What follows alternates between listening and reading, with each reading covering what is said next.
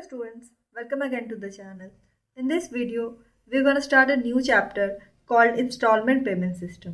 इससे पहले हम लोगों ने जो चैप्टर कंप्लीट करा था वो था हायर परचेज सिस्टम। तो इंस्टॉलमेंट पेमेंट भी काफ़ी सिमिलर है हायर परचेज से, बस इसके कुछ डिफरेंसेस भी है। तो इन्हीं सभी चीज़ों को हम लोग इस वीडियो में डिस्कस करेंगे।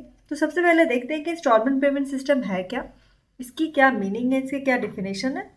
तो installment payment system is a system where there is an outright sale of goods to buyer who agrees to pay the cash price in certain number of installments along with interest. Installment payment क्या है? एक तरह का payment system है जहाँ पे कि outright cell होता है। outright का मतलब क्या होता है? जहाँ पे कि होल ओनरशिप के साथ सेल होता है किसी भी गुड्स का, जहाँ पे कि क्या एक बायर है वो एग्री करता है कि वो सर्टेन पे अमाउंट पे करेगा इंस्टॉलमेंट के साथ। और सेम यही चीज़ हायर परचेज सिस्टम में था कि उस वक्त उसके पास पैसे नहीं थे, इसीलिए उसने कुछ पेमेंट करके बाकी के जो भी अमाउंट होता था उसे कहता था कि वो इंस्टॉलमेंट के साथ और इंटरेस्ट के साथ पे करेगा। और इंस्टॉलमेंट सिस्टम में भी यहाँ पे यही चीज़ है, बट यहाँ पे क्या होता है, आउटराइट सेल होता है, मतलब कि ओनरशिप के साथ होता है। जिस वक्त पे भी, जिस एग्रीमेंट के टाइम पे भी अगर कोई बायर सेलर से कुछ चीज़ खरीद रहा है तो उसका ओनरशिप उसी वक्त, जिस टाइम उसने उस चीज़ को परचेज किया और डाउन पेमेंट किया, ओनरशिप भी उसी के पास चली जाती है। लेकिन हायर परचेज सिस्टम में ऐसा नहीं होता था।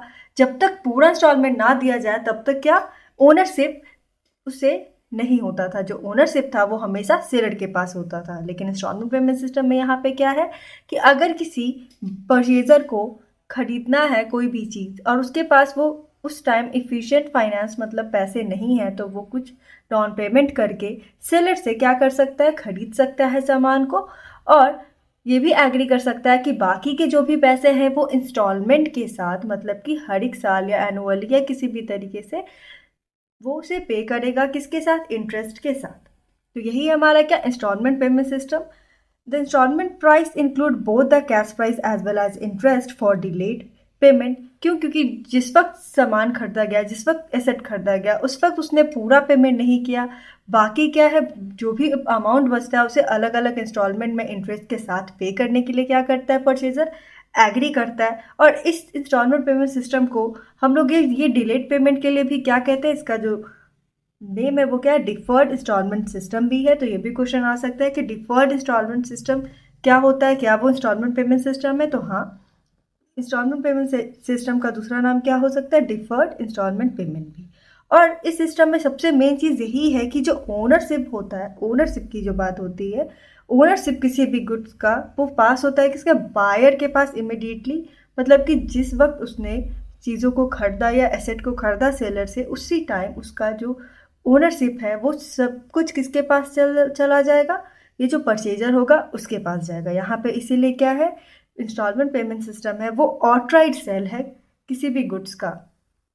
ठीक है, तो इसे हम लोग समझे एक सिंपली, तो एक परचेजर है जिसे क्या खरीदना है, एक कार, मान लेते हैं एग्जांपल में कि कार लेना है, तो वो क्या करेगा, सेलर के पास जाएगा, जो बेच रहा होगा कार उसके ही पास जाके वो खरीदेगा कोई भी परचेजर। तो वहाँ से वो क्या करता है, कार को खरीदने के लिए जाता है। उस टाइम उसके पास क्या है, इन दोनों के बीच में एक क्या होगी, परचेजर और सेलर के बीच में एग्रीमेंट होगी। और ये जो एग्रीमेंट होगी किस लिए, कि एसेट खरीदने के लिए जो भी क्या होगा, एग्रीमेंट होगा इन दोनों के बीच में होगा।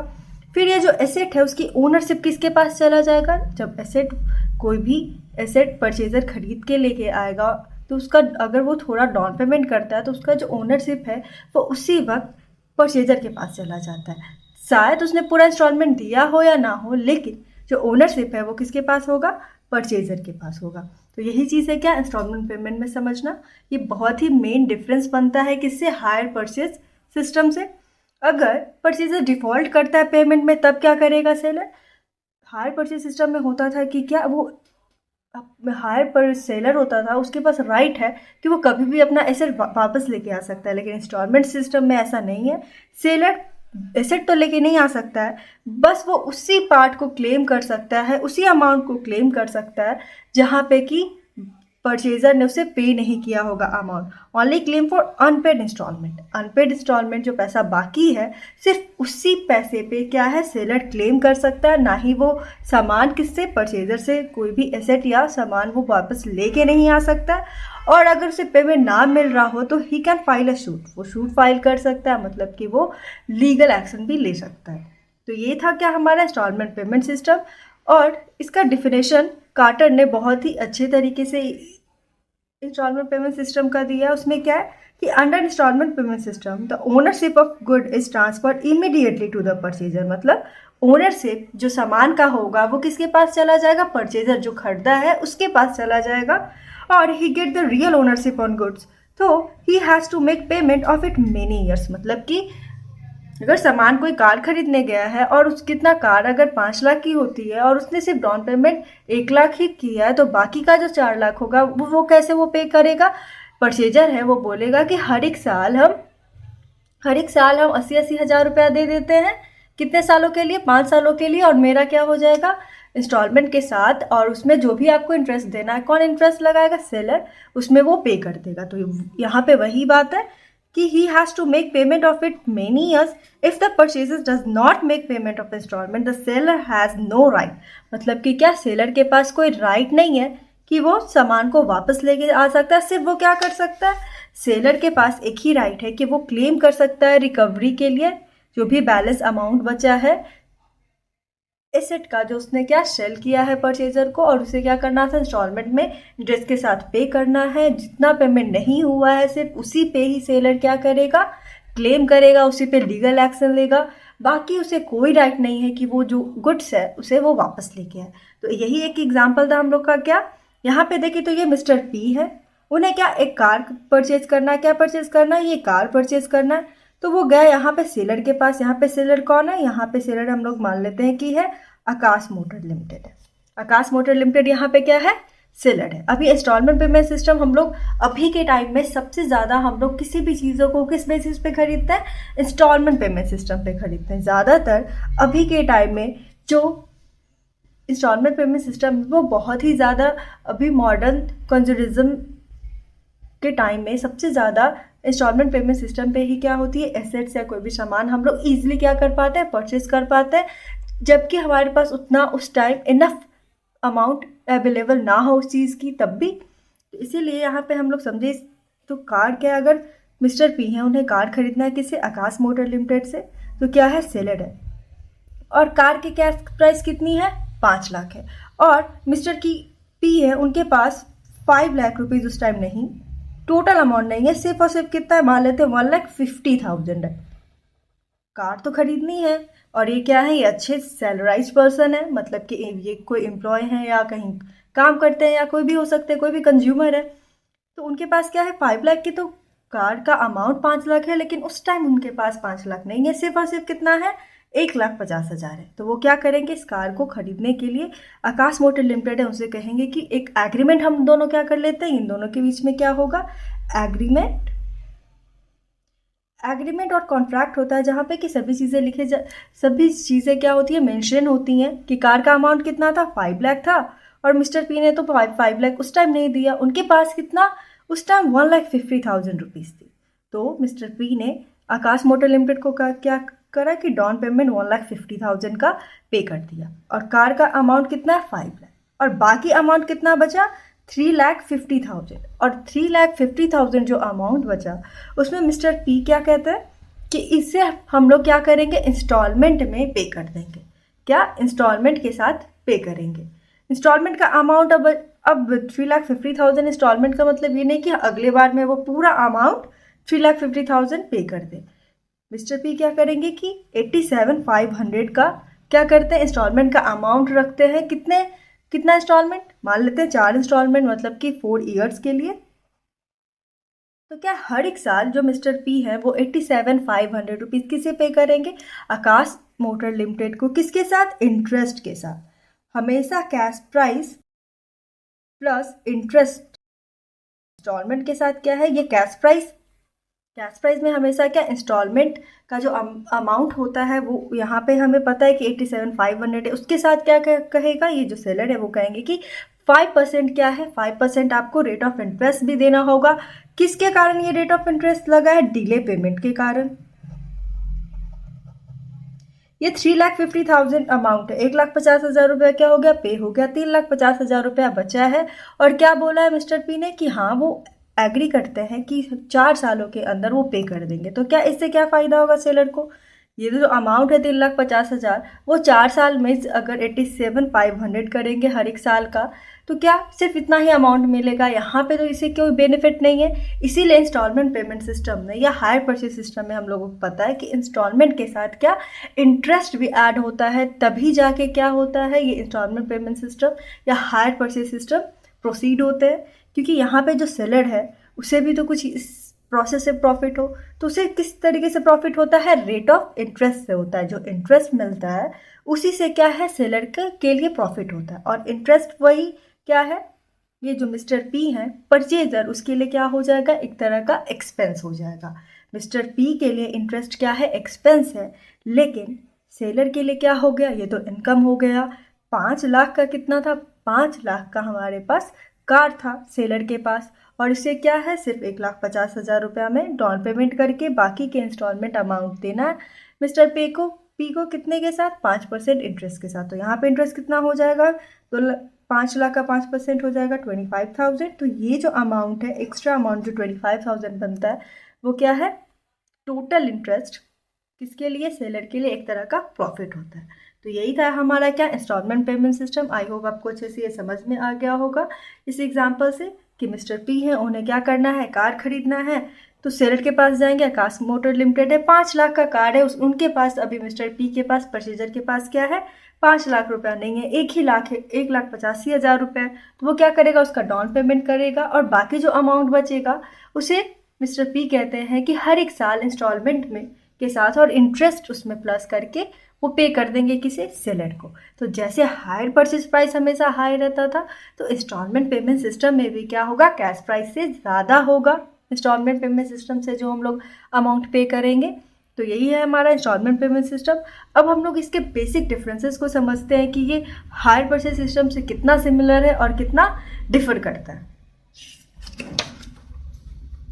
सबसे पहले हम लोग देख लें कि characteristics of instalment payment system क्या है। आई होप आपको इस एग्जांपल से अब इसके कैरेक्टरिस्टिक्स को समझना, इसके फीचर्स को समझना बहुत ही इजी हो जाएगा। तो सबसे पहला इसका क्या है फीचर? सबसे पहला कैरेक्टरिस्टिक होगा इंस्टॉलमेंट पेमेंट सिस्टम का कि it is an outright sale. Outright sale का मतलब क्या होता है? जहाँ पे कि सभी रिस्क, रिवॉर्ड और ओनरशिप खरीदते ही किसके पास चला जाता है? परचेजर के पास चला जाता है। उसे ही हम लोग क्या कहते हैं? ऑटराइट सेल कहते हैं। In fact, it is a special system of credit sale or purchase. Credit sale ही है, उधारी है। क्यों? क्योंकि इंस्टॉलमेंट पेमेंट सिस्टम इस एग्जांपल में हम लोगों ने समझा कि कार का अमाउंट 5 लाख था और उस टाइम क्या मिस्टर पी के पास सिर्फ 1,50,000 था। तो 1,50,000 उसने सेलर को दे दिया और बाकी का जो अमाउंट बचा उसने क्या बोला था कि वो बाद में इंस्टॉलमेंट और इंटरेस्ट के साथ उसे पे करेगा। तो क्या है यहाँ पे उधार में तो बेचा गया। क्यों? क्योंकि पूरा अमाउंट जो है, पूरा अमाउंट जो सेलर ने नहीं अभी तक रिसीव किया है, तो उसके पास क्या है? उसके पास जो अमाउंट बचता है वो क्या हो जाएगा? उधारी पे वो दे रहा है किसे? परचेजर को। तो इसीलिए क्या है instalment payment system special system of हम लोग कहते हैं कि क्रेडिट सेल है परचेज का। फिर दूसरा इसका फीचर क्या है? दूसरा फीचर है it is an agreement between the seller and buyer. Yes, agreement होगा, एग्रीमेंट करना भी बहुत ज़रूरी है बायर और सेलर के बीच में। क्यों? क्योंकि कोई एसेट, कोई भी एसेट या कोई भी गुड्स अगर परचेजर परचेज कर रहा है सेलर से, तो कितना उसने अमाउंट पे किया, कितना इंस्टॉलमेंट का पेमेंट हुआ, या जो भी चीज़ें होंगी जो नेसेसरी है इंस्टॉलमेंट पेमेंट सिस्टम के लिए, वो क्या होगा? सभी को मेंशन करना होगा। इसीलिए एग्रीमेंट सेलर और बायर के बीच होना ज़रूरी है। फिर इसके क्या कैरेक्टरिस्टिक्स है? The payment of purchase price of the good is made in periodical instalment. Periodical instalment में होता है ये पे, चाहे तो क्या पीरियोडिक में मंथली भी हो सकता है, क्वार्टरली भी हो सकता है और ईयरली भी हो सकता है। जैसे कि हमारे एग्जांपल में क्या था कि 4 सालों के लिए नंबर ऑफ इंस्टॉलमेंट क्या थे? 4 ईयर्स के लिए थे। यहाँ पे हम लोग मानते इस एग्जांपल में क्या था कि 87,500 बनता है और वो क्या कहता है? इंस्टॉलमेंट का अमाउंट बनता है और नंबर ऑफ इंस्टॉलमेंट कितना है? 4 ईयर्स है, मतलब कि 4 सालों के अंदर वो 87,500 रुपीज़ हर एक साल करके पे कर देगा जो कार का अमाउंट होगा उसे, और प्लस उसके साथ क्या उसे देना पड़ता है, इंटरेस्ट। तो यही बात है यहाँ पे, क्या the payment of purchase price of the good is made in periodical instalment में। फिर क्या है, the buyer get immediate possession and ownership of the goods as soon as the agreement is signed. यहाँ पे क्या है कि बायर के पास इमीडिएट पोजीशन मतलब कि ओनरशिप है, वो खरीदते ही अगर डाउन पेमेंट करने के बाद जब वो एसेट वो अपने साथ लेके जाएगा पर बायर, तो क्या उसके साथ उसका ओनरशिप भी जाएगा। और लेकिन हर परचेज सिस्टम में क्या था कि जब तक पूरा इंस्टॉलमेंट ना पे करते तब तक सामान तो ले सकता है, यूज़ कर सकता है, लेकिन ओनरशिप उसके पास नहीं जाएगा, वो सेलर के पास रहेगा। लेकिन इंस्टॉलमेंट पेमेंट सिस्टम में यही सबसे अच्छी बात है कि बायर के पास ही क्या होता है, ओनरशिप होता है। फिर फर्दर है, in the event of default by the purchaser the seller can not take back the goods.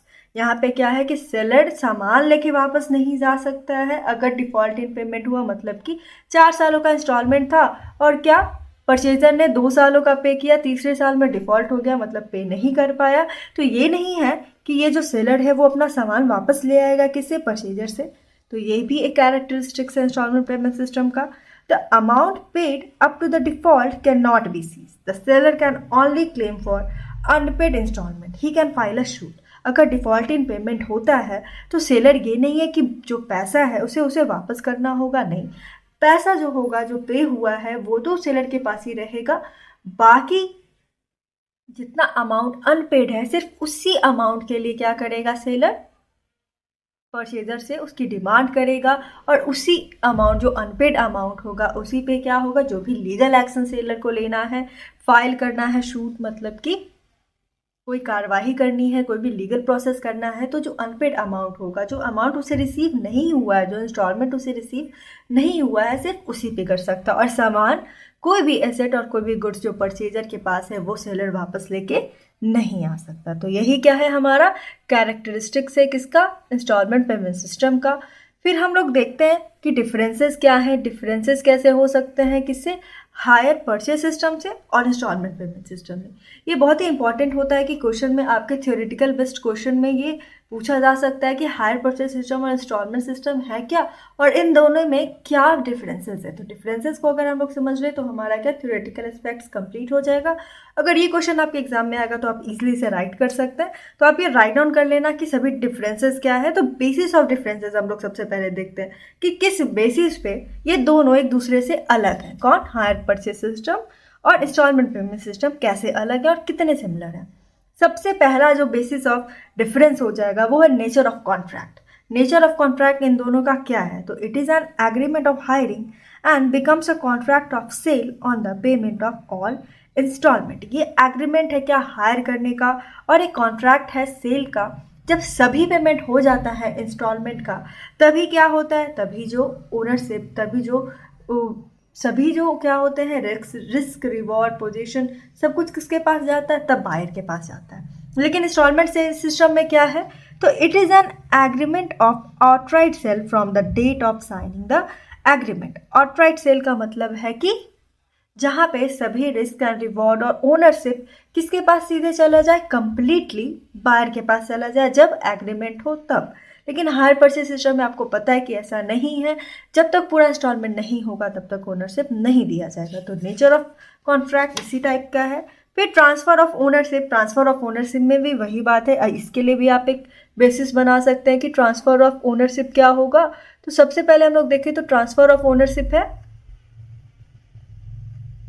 तो अंडर दिस सिस्टम ओनरशिप और property in goods remain with the hire vendor until all the installments are paid by the higher purchaser। ये हमें पता ही है कि ownership और क्या है, ओनरशिप और प्रॉपर्टी का इन गुड्स वो किसके पास रहता है, वेंडर के पास ही रहता है, सेलर के पास ही रहता है जब तक तो पूरा इंस्टॉलमेंट पे ना करे क्या, hire purchaser. Transfer of ownership basis of references में इंस्टॉलमेंट पेमेंट सिस्टम में क्या है, तो इंस्टॉलमेंट पेमेंट सिस्टम में तो द ओनरशिप और property in goods passes to the buyer immediately on signing the agreement of sale. Transfer of ownership क्या हो जाती है, जैसे ही एग्रीमेंट साइन होती है वैसे ही ओनरशिप किसके पास चला जाता है, बायर के पास चला जाता है। और बाकी जो इंस्टॉलमेंट है उसे बाद में पे तो करना है, लेकिन ओनरशिप क्या होता है, ओनरशिप पूरी तरीके से इंस्टॉलमेंट पेमेंट सिस्टम में किसके पास होता है, बायर के पास होता है। फिर क्या है बेसिस ऑफ डिफरेंस, जो तीसरा बेसिस ऑफ डिफरेंस है वहाँ यहाँ पे हम लोग राइट डाउन करते हैं क्या है, right to possession of good. Right of possession of goods क्या है, तो the hire vendor has the right to repossess the good if the hire purchaser does not pay any installment. अगर hire vendor को क्या है, higher vendor repossess कर सकता है, मतलब वापस रिटर्न लेके आ सकता है गुड्स, किससे, परचेजर से, अगर क्या डिफॉल्ट इन पेमेंट हुआ तो। और इंस्टॉलमेंट सिस्टम में ऐसा है, ऐसा बिल्कुल नहीं है। अगर डिफ़ॉल्ट इन पेमेंट होता है और अनपेड, तो क्या होता है, जो अनपेड बैलेंस है उसी पे लीगल प्रोसेस हो सकता है, लेकिन सेलर के पास ये राइट नहीं है कि वो बायर के पास से अपना सामान वापस लेके आए। तो right to possession of goods में डिफरेंसेस क्या है इन दोनों में, तो the seller can not repossesses the goods on non payment of any instalment, he can only due for the unpaid balance. सिर्फ अनपेड बैलेंस के ही बारे में वो क्या पूछ सकता है, बाकी उसके पास राइट नहीं है लेके आने का वापस सामान। लेकिन हायर वेंडर के पास क्या है, ये राइट होती है हायर परचेज सिस्टम में कि वो वापस लेके आ सकता है। फिर क्या है, जो फोर्थ नंबर में हम लोग देखते हैं बेसिस ऑफ डिफरेंस क्या हो सकता है, तो वो है गुड टाइटल। तो इसमें क्या है, तो under hire purchase system the buyer can not give goods title to other before the last payment is paid. सामान किसके पास रहता है हायर परचेज सिस्टम में, ओनरशिप तो नहीं रहता है, लेकिन सामान जो गुड्स या जो भी एसेट होते हैं वो बायर के पास होता है, हायर परचेजर के पास होता है। तो क्या है, उसके पास ये राइट नहीं है कि जब तक वो पूरा इंस्टॉलमेंट पे ना करे और ये सामान किसी और को दे दे जाके, ये बिल्कुल नहीं है। Under this system the purchaser, और इंस्टॉलमेंट पेमेंट सिस्टम में क्या है, तो under this system the purchaser can give goods title to any bona fide purchaser. मतलब कि इंस्टॉलमेंट पेमेंट सिस्टम ऐसा होता है कि अगर मेरे पास सामान है और मैंने क्या इंस्टॉलमेंट पेमेंट सिस्टम पे लेके और ओनरशिप मेरे पास है, तो हम किसी को भी क्या कर सकते हैं, वो गुड पास कर सकते हैं, दे सकते हैं। लेकिन परचेजर हायर परचेज सिस्टम में ऐसा नहीं है, जब तक इंस्टॉलमेंट आपने पे नहीं करा तब तक आप किसी और को सामान नहीं दे सकते हैं, उस गुड का टाइटल किसी और के पास नहीं जा सकता है। तो ये डिफरेंस है। फिर फिफ्थ डिफरेंस है for feature of installments.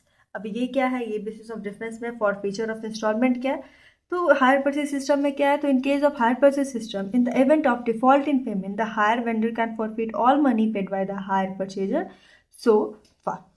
Forfeit of installments का मतलब है कि अगर डिफॉल्ट इन पेमेंट होता है, मतलब कि अगर 5 सालों का क्या है इंस्टॉलमेंट का ड्यूरेशन है और 3 सालों का पेमेंट हुआ है, 4th साल में डिफ़ॉल्ट आया, तो क्या है वेंडर 3 सालों का जो पेमेंट हुआ है वो फॉरफीट कर सकता है, अपने पास रख सकता है, उससे वापस करने की ज़रूरत, जो पैसा पे किया परचेजर ने वो वापस वो नहीं करता। और इंस्टॉलमेंट सिस्टम में क्या है वो हम लोग देखते हैं।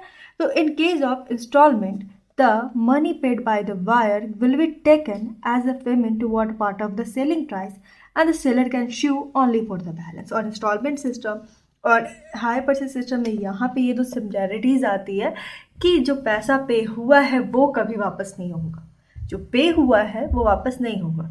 डिफ़ॉल्ट इन पेमेंट आता है तो वो क्या होता है, ये जो भी सेलर होते हैं वो कहते हैं कि आपके पास मेरा सामान है और आप उसे यूज़ कर रहे हैं, तो उसके लिए जो आपने जो यूज़ कर रहे हैं और जो आपके पास जो सामान है और ये जो पैसा हमें मिला है वो क्या है, ये आपने हमारे गुड्स को यूज़ किया, आपके पास है ये, तो उसके लिए क्या है, आज ये रेंट है या तो ये सेलिंग प्राइस है मेरा, और ये क्या करूँगा, ये वापस नहीं करेंगे। और बाकी जो डिफ़ॉल्ट इन पेमेंट है, जो पैसा बकाया है इंस्टॉलमेंट सिस्टम में क्या है, सिर्फ उसी अमाउंट पे शुरू हो सकता है, मतलब कि कार्रवाई हो सकती है।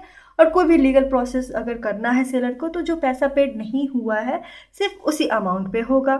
तो ये दो चीज़ें यहाँ पे क्या सिमिलर निकल के आती है, किसका, हायर परचेज सिस्टम का और इंस्टॉलमेंट पेमेंट सिस्टम का। रिस्क, अब रिस्क की बात करें तो क्या है, तो hire purchaser hold the goods at the risk of the hire vendor because ownership remain with the hire vendor. यहाँ पे क्या रिस्क, क्या ओनरशिप अगर परचेजर के पास है ही नहीं तो क्या है, रिस्क है। किसके रिस्क क्या हो जाती है, ये जो रिस्क होता है वो वेंडर और हायर परचेजर के पास ये रिस्क रहता है कि हाँ उसने सामान वेंडर से अभी तक लेके आया है, तो रिस्क किसके पास है, हायर परचेजर के पास ही रहता है। क्यों, और ये रिस्क किसके बदले में, हायर वेंडर के बदले में। क्यों, क्योंकि उसने पूरा ओनरशिप अभी उसके पास है नहीं और पूरा इंस्टॉलमेंट भी उसने पे नहीं किया है। लेकिन इंस्टॉलमेंट परचेज सिस्टम में क्या है कि परचेजिंग के टाइम से ही जो ओनरशिप होता है वो टोटली परचेजर के पास है, तो रिस्क भी किसके पास होगा, परचेजर के पास ही होगा।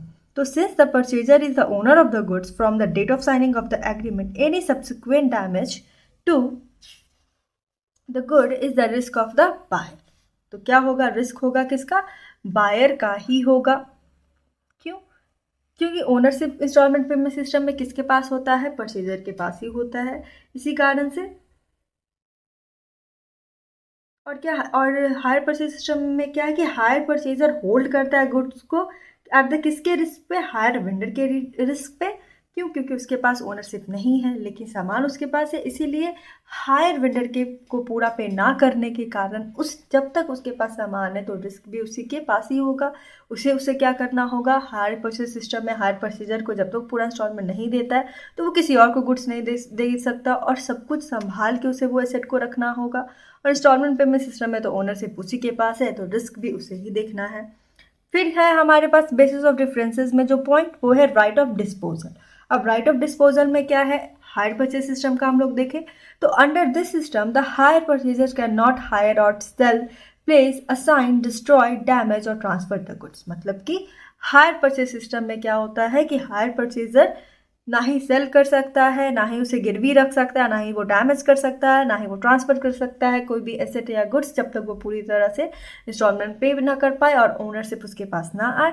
तो राइट ऑफ डिस्पोजल क्या है, हायर परचेजर के पास नहीं रहता है। और इंस्टॉलमेंट पेमेंट सिस्टम में क्या है, तो buyer may dispose of and give good title to any bona fide purchaser under this system. और यहाँ पे क्या है कि इंस्टॉलमेंट पेमेंट सिस्टम में किसी भी बोनाफाइड परचेजर के पास क्या, जो बायर है वो अपना गुड का टाइटल दे सकता है और डिस्पोज भी कर सकता है, लेकिन हायर परचेज सिस्टम में ऐसा नहीं होता है। इंस्टॉलमेंट पेमेंट सिस्टम में इसलिए होता है क्योंकि जब एग्रीमेंट होता है उसी वक्त से सभी ओनरशिप किसके पास चला जाता है, ओनरशिप पूरा बायर के पास चला जाता है। इसीलिए इंस्टॉलमेंट पेमेंट सिस्टम में राइट टू डिस्पोजल का क्या है, राइट बन जाता है बायर को, लेकिन हायर परचेज सिस्टम में ऐसा नहीं होता। फिर हमारा जो बेसिस ऑफ डिफरेंस है वो पॉइंट क्या है, अकाउंटिंग सिस्टम। अब ये अकाउंटिंग प्रोसेस हम लोग हायर परचेज सिस्टम में कैसे करते हैं और इंस्टॉलमेंट पेमेंट सिस्टम में कैसे करते हैं। तो under this system accounting records are maintained on accrual basis और credit purchase system. Credit purchase system भी है, अक्रूवल भी है, मतलब डेबिट टू क्रेडिट, जो चीज़ डेबिट हो रही है वो क्रेडिट हो रही है या नहीं। तो ये दोनों बेसिस पे अकाउंटिंग सिस्टम होता है किसका, हायर परचेज सिस्टम का। और इंस्टॉलमेंट में क्या है, under this system accounting records are maintained on interest suspense account. Interest suspense system पे होता है, टोटल इंटरेस्ट है वो कहाँ ट्रांसफ़र होता है, इंटरेस्ट सस्पेंस अकाउंट हम लोग प्रिपेयर करते हैं इंस्टॉलमेंट पेमेंट सिस्टम में। उसी में सभी जो इंटरेस्ट होगा, टोटल इंटरेस्ट होता है, वो फर्स्टली कहाँ हम लोग डेबिट करते हैं, interest suspense account system. Interest suspense account हम लोग आगे में प्रिपेयर करेंगे उसे। तो अगला जो हम लोग का टॉपिक होगा वैसे इसी से रिलेटेड होगा कि कैसे अकाउंटिंग ट्रीटमेंट होता है इंस्टॉलमेंट पेमेंट सिस्टम का। ठीक है, तो फर्दर अभी हम लोग देखें तो क्या है, बेसिस ऑफ डिफरेंसेस में अगला जो पॉइंट है, टू बिकम डेटर। ये जो 9th पॉइंट है क्या है, to become debtor. Under this system the hire purchaser is just like tenant, he can not become a debtor. वो डेटर नहीं बन सकता है, वो क्या है, एक टेनेंट की तरह, टेनेंट की तरह। क्यों, क्योंकि उसके पास सामान है, वो उसे यूज़ कर रहा है, अभी तक उसके पास ओनरशिप गया नहीं है। और अगर वो डिफ़ॉल्ट पे करता है तो जो पैसा रहता है वो एज ए रेंटल प्राइस और हायर रेंटल प्राइस की तरह किसके पास ही रह जाता है, वेंडर के पास रहता है। इसीलिए क्या है, इंस्टॉलमेंट ये हायर परचेज सिस्टम में जो बायर होते हैं, जो हायर परचेजर होते हैं, वो टेनेंट की तरह होते हैं, वो डेटर नहीं हो सकते। Under this system the buyer become a debtor. Buyer क्या बिकम होता है, डेटर होता है। क्यों, पैसा बकाया है और पैसा क्या है, देना है, क्योंकि सामान तो वो लेके गया, ओनरशिप भी उसी के पास है। तो क्या हो जाएगा, यहाँ इंस्टॉलमेंट पेमेंट सिस्टम में जो बायर है वो डेटर की तरह होता है। तो इस पॉइंट को आपको ध्यान रखना है। इसमें कन्फ्यूज़न हो सकता है कि क्या वो डेटर है हायर परचेजर या नहीं, और बायर यहाँ पे डेटर बन सकता है या नहीं। तो हायर परचेजर नहीं बन सकता, वो टेनेंट की तरह होता है। और बायर क्या है, बायर यहाँ पे जो इंस्टॉलमेंट पेमेंट सिस्टम में वो डेटर बन सकता है। फिर जो लास्ट पॉइंट है, बेसिस ऑफ डिफरेंस। अभी सभी पॉइंट्स हमने डिस्कस कर लिया इससे रिलेटेड। तो अब क्या है, ये लास्ट पॉइंट हम लोग देखें तो क्या है, कंट्रोल ऑफ ट्रांजेक्शन की। क्या हायर परचेज सिस्टम को कौन सी अथॉरिटी, कौन सा पैनल है जो करता है, कौन सा एक्ट है जो क्या करता है, कंट्रोल करता है। तो the hire purchase transaction is control by the hire purchase act 1972 है, वो क्या करता है, इसे रेगुलेट करता है, इसे कंट्रोल करता है। लेकिन अभी तक इंस्टॉलमेंट पेमेंट सिस्टम के लिए कोई खास एक्ट नहीं आया है जो इन सभी ट्रांजेक्शन को क्या करे, कंट्रोल कर सके। ये क्या होता है, ये दोनों जो बायर सेलर है उन दोनों के बीच जो एग्रीमेंट होता है और जो भी उनके पास क्या है, जो भी मेंशन होते हैं, जो भी एग्रीमेंट उन दोनों ने साइन किया है, उसी बेसिस पे उसी सभी क्लॉज को फॉलो करते हुए इंस्टॉलमेंट पेमेंट सिस्टम चलता है। और क्या अगर कोई डिफ़ॉल्ट होता है पेमेंट में और पेमेंट नहीं मिल पाती है, तो क्या है, सेलर के पास ये राइट होता है कि वो जाके कोई भी लीगल प्रोसेस क्या है ले सकता है बायर के खिलाफ। तो ये जो डिफरेंसेस था हम लोग का, वो किससे रिलेटेड था, ये जो डिफरेंसेस थे वो हायर परचेस सिस्टम और इंस्टॉलमेंट पेमेंट सिस्टम से हैं, जो कि थ्योरेटिकल एस्पेक्ट से और थ्योरेटिकल टाइप्स के क्वेश्चन में इन दोनों का डिफरेंस है, जो एग्जाम्स में बहुत बार आता है और हमारे पास पॉइंट्स नहीं रह जाते इन सभी को। हमारे दिमाग में तो होता है ये सारी चीज़ें हैं, लेकिन पॉइंट्स नहीं बन पाते कि उसे लिखना कैसे है। तो इसीलिए आप इन चीज़ों को राइट डाउन कर लेना बेसिस ऑफ डिफरेंस करके, कि हम लोग जान सकते हैं। और मैंने अभी कितना लगभग 10 डिफरेंसेस किए हम लोगों ने क्या है डिस्कस किया, जहाँ पे कि सभी पॉइंट्स हमारे इन दोनों के डिफरेंस, कितने सिमिलैरिटीज और कितने डिफरेंस है वो सभी डिस्कस हो गए। आई होप आपको ये चीज़ समझ में आया होगा। तो फर्दर हम लोग क्या डिस्कस करेंगे इंस्टॉलमेंट पेमेंट सिस्टम में। आज हमने मीनिंग, डेफिनेशन, क्या एग्जाम्पल है, क्या इनके डिफरेंसेस है। फर्दर हम लोग वीडियोस में डिस्कस करेंगे कि इसका अकाउंटिंग ट्रीटमेंट कैसे कर सकते हैं इंस्टॉलमेंट पेमेंट सिस्टम का। सो चैनल पे बने रहे। Thank you for watching the video. Please like, share and subscribe the channel also.